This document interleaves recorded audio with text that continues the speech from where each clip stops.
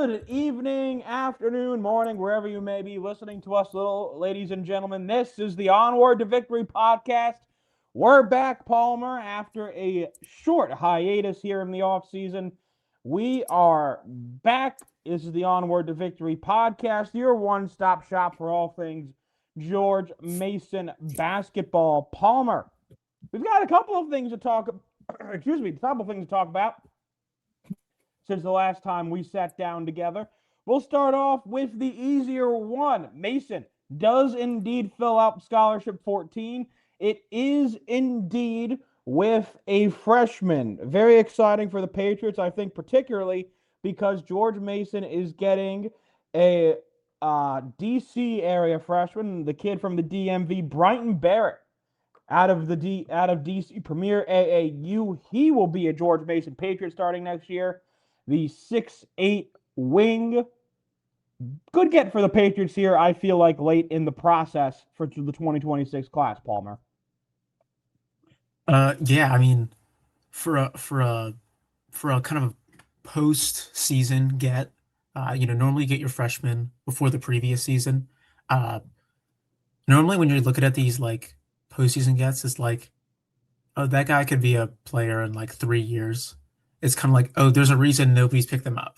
But Barrett's reason for not getting picked up was, well, I guess the reason he's getting picked up now is he had this crazy rise. I mean, he had his only helper was Howard, and then like a couple weeks ago, he had a crazy run at a tournament and got offers from both Mason and St. Joe's. So if we're ranking the three freshman gets postseason, we'll say summer gets with Stas, Mendy, and Barrett. I can comfortably say he's the highest of the three. Mm-hmm. I think Stas had the highest ceiling, and Barrett just has the clearest, like, oh, this guy's good at basketball. Yeah, I think that's a good way of putting it there, Palmer. We've both watched some tape of Barrett, each of us here. I watched some minutes, you watched some minutes from when he was with DC Premier, his AAU team. And I have to say, Palmer, the shot form, it looks good. It looks clean. There's no real breaks in that. He's comfortable with getting to the basket when he's there. I like that, Palmer. I like when I see a young prospect comfortable with getting to the basket and not settling for mid-rangers or threes. That's always a good thing to see, in my opinion.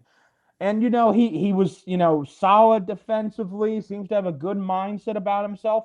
Obviously, I would say this is not a player who's going to really impact the team this upcoming season. It would be a real surprise if he did. But I think there's a Division I basketball player. He needs to put on muscle. He needs to put on weight. But there is a Division I basketball player in here who I think can start. Obviously, in this day and age, we can't say that's going to be for George Mason. But I do think there's a Division I basketball player in here. And like you said, I like this as a late spring, early summer pickup for the Patriots. Yeah, I mean, you talk about the jump shot. He shot 33% in high school, which is like, that's okay. But what I really like is he shot 85%. He shot 85% from the line. That's usually an indicator of like, this guy can get better at shooting. Yeah. Those guys, when it's like 33%, but they shoot 65% of the line, like, okay, that might be it for him. But when you have this, 85%, that might be the highest on the team. Like, that's kind of crazy from a 6'8" high schooler. That's not far from where Mincy ended up, and that was his thing. The shooting there could be real. I don't think he plays as a freshman. It stinks he can't redshirt anymore. I hate that redshirting's gone. But if he does get on the court, I would guess there was a shooting uptick where it's like, oh, he's hitting 37% of his threes. It's like, oh, that's a player right there. Mm-hmm. Yeah, I think that's a really good way to put it there, Palmer. Certainly another exciting ad there. And this is kind of where we feel like it seems like the team is set since the new 15 scholarship rule was implemented. It seems like that's where Mason likes to keep it at. They like to keep that 15 scholarship spot open if history tells us anything, which that would mean, though, Palmer, that means the Patriots are done. It's the offseason to an extent is kind of over. Not that, of course, there's anything wrong with that. That's kind of the expectation you have when it's this type of time of the year, of course. But, with that in mind, what do you kind of think here, Palmer? What do you think of kind of the way this lineup here is set? How do you think it's stable? And kind of where do you think, the process lies here for the Patriots? We've talked about it before. They went young. They're not getting guys who are in their last year, where it's like, you know, if I stink this year, it doesn't matter because I'm done anyway. Uh, there's guys who, kind of accepting like, hey, these guys are here to make money. They're not here to stay here for 4 years. If they stay for 4 years, that's awesome. But chasing the super ultra retention uh, isn't doesn't work out too well at this level. Just because the guys you want to retain, somebody else wants them more. They can pay them more. So Mason's just kind of accepting like, hey, we'll be a stepping stone for guys who it's year two, or they could play year three, and that's it. It's good. It's you gotta find some market inefficiency in mid-major basketball. You can't just kind of play straight up. It's not how you can't win like that. Absolutely. I think that's a really good way to put it, Palmer. And like you said, I do think certainly a significant change of strategy, certainly in the transfer portal than I would say from year three, and I would even say year two of the Tony Skin era. Maybe a little more tracking towards year one strategy. A lot, like you said, a lot less seniors on this group. Last year, there were six guys who were in a last year or fourth year plus last year. You look at Jahari Long, Masai Troutman, Dola Adebayo, Nick Ellington. You look at a lot of those guys there. Fat Hill's another one. So there was Masai Troutman. Those are six guys right there who were ready to take on a different step and move on in their careers. That's not what's happening this year. Only three guys this year, fifth years. One of them is one that was here last year. That's Braden O'Connor, of course, gets another year because of the injury redshirt waiver he has received due to his season-ending injury last season. That'd be Baraka Koji returning, and then Elijah Jones. Everyone else, at the very least, has another year of eligibility after this season.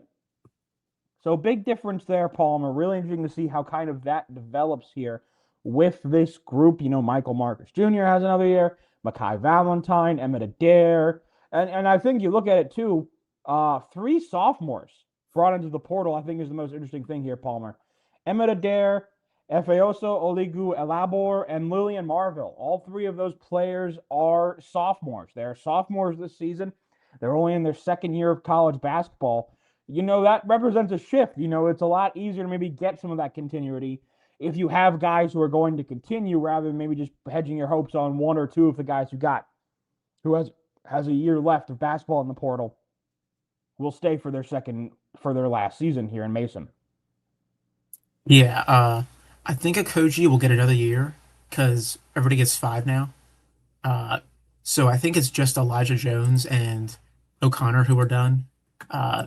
Which 12 of the 14 have more to play for. That's big. And yeah, I mean, sophomores, they have 4 years left. So it's kind of like, I think the fifth year, with guys who might be at their level, they might be willing more to kind of stay 2 years in a system, kind of hope, kind of instead of getting one and leaving, maybe you kind of stay a second year and hope you can slingshot yourself even higher. Yeah, I mean, it's a young team, but it's a young team, but also not like an experienced team. I mean, if Mason gets absolutely nothing from the freshmen, they're totally fine. It's a young team, but it's not a freshman team. Pendergrass is the only freshman like you really expect to do anything. Yeah, that's a good way to put it too. And again, like you said, not necessarily an experienced team. All three of the freshmen that Mason brought in played high minutes last year for the teams they came from. You look at guys like Emmett Adair, obviously, who's starting for Loyola Maryland. Lillian Marville was getting good minutes for UNC Greensboro. last year. EOE was getting good minutes last year for Butler, obviously, especially closer to the end of the season. So, it's not like we're getting these guys who, only maybe got, 15% of their minutes last year. We're getting guys who got 35, 55, 60 plus minutes, percentage of the minutes available last year. So we're getting guys who played basketball. I think that's important to see because I think, especially in terms of guys who transfer down, you see these guys who maybe did not play a lot of basketball last year if they played. Mason is getting guys, a couple of them, of course, in Marville and Adair transferring up, but they played real basketball minutes last year. These aren't guys who are just coming into it fresh. I think it's a good change in strategy. I understand the thought behind it. I think it's a good process, and I really think it can bring Mason to some prosper next year when you look at them compared to other A10 rosters right now. I think throughout Tony Skins, I think on paper, this is his best roster in the preseason so far on paper, I think. Palmer, you look at Elijah Jones, you look at Baraka Koji, you look at Emmanuel Conga coming back, you look at Braden O'Connor coming back. Those are 4 spots that are probably locked down. I'd say right out of the gate, barring a surprise, those are 4 players that are locked down starters. It's been a while since we said we probably had that going into the preseason. And quite honestly, that's probably going back to the 23-24 season. You figure Woody Newton was starting. You looked at that, you figure that Darius Maddox was going to start. Jalen Haynes, you figured, off of his redshirt year, was going to start. So you had 3 positions kind of filled right there. You figured Jared Billups was going to start too. Obviously, Billups would eventually move to the bench. But in that regard, though, still, you have kind of that solid, you kind of had that figured out in that case. You had that solved, you had that figured out really in regards with the 24-25 season. Those roles were figured out. Same thing, Zach Anderson you figured was going to start. You had those minutes, you had those times there, and it really worked out. So I think Coach Tony Skid is clearly hoping for that. I think the starting rotation is more locked in than it was this past season in camp. Hopefully that will lead, I think, to better things, and maybe more consistency for the Patriots this year, Palmer. Yeah, I mean, I agree. This is probably the best preseason team. Now, I'm not saying I expect it to be better than 24-25 season because we didn't really expect like the Woody Newton breakout where he became like a really good shooter and Jared Billups would be Defensive Player of the Year. But yeah, I would say this is the best team on paper preseason because the only spot that I think is really kind of up for grabs would be the 4 with Jones and Adair, but it's a good up for grabs, not a somebody has to start. It's like no, these guys could both start, and I'm very, very happy with it. That could be, does one of them just defend better? Yeah, it's a very good preseason lineup. I feel like there's no path to failure that you can see right now because there's not like the closest thing to a path of failure would be like, is Michael Marcus a good backup center, which I think he will be. But in the past, there'll be times where it's like, if this one guy doesn't work out, the season's kind of over. And luckily, it never happened because it almost happened with that 24-25 team.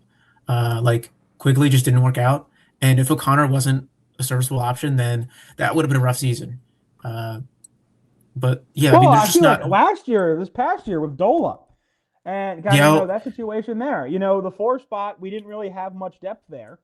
I feel like we've got guys at every position. I'm not sure if they're going to be all great, but we have players who can play at every position this year. Yeah, at the very least, it's not going to be a revolving door where it's like, well, maybe the other guy, maybe the other guy, maybe the other guy.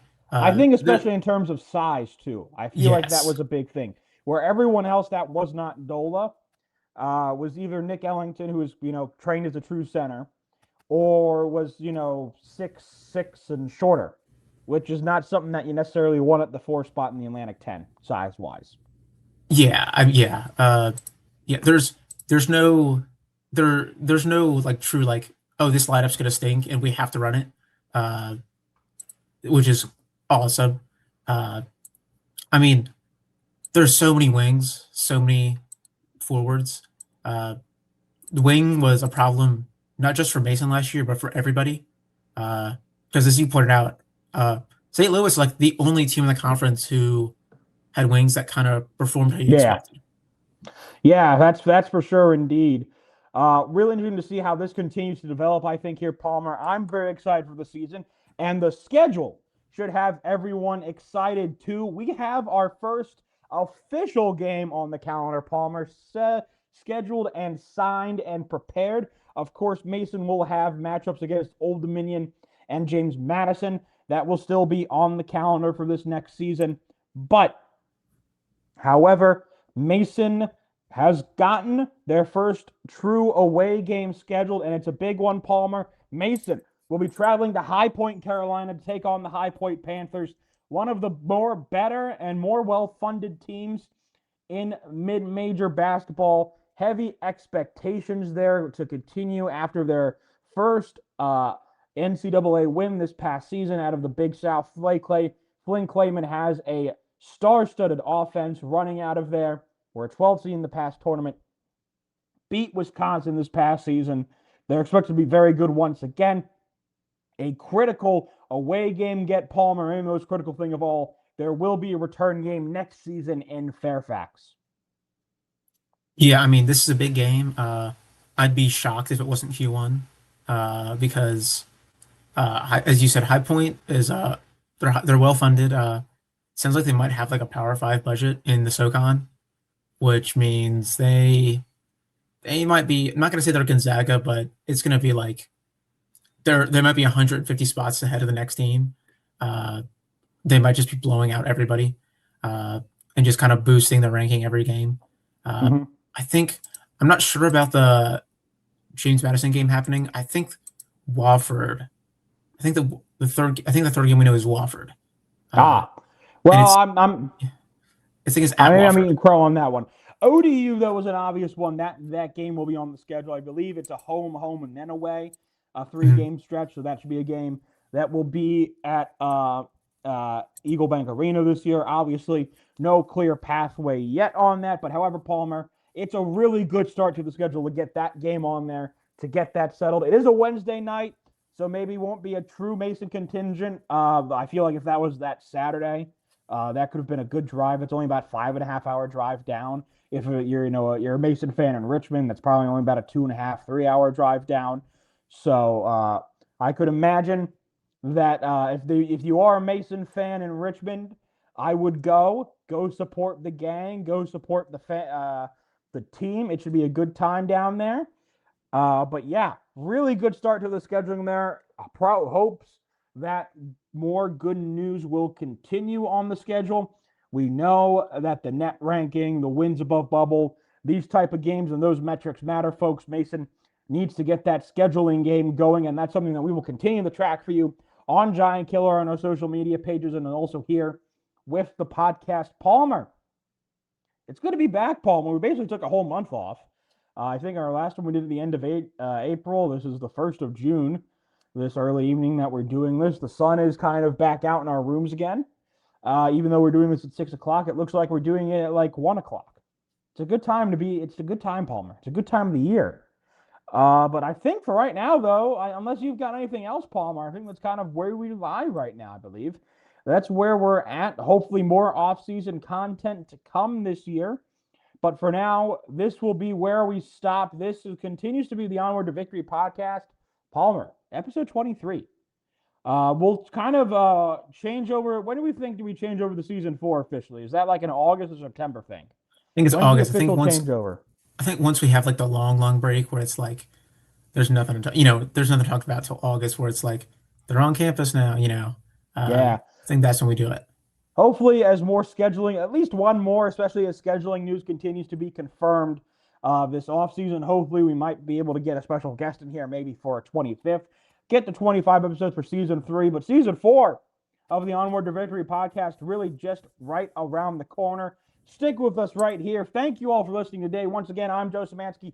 He is my friend Palmer Johnson. Palmer, like I said, no better time to be a George Mason fan. Thank you for listening, everybody, and have a great rest of your day.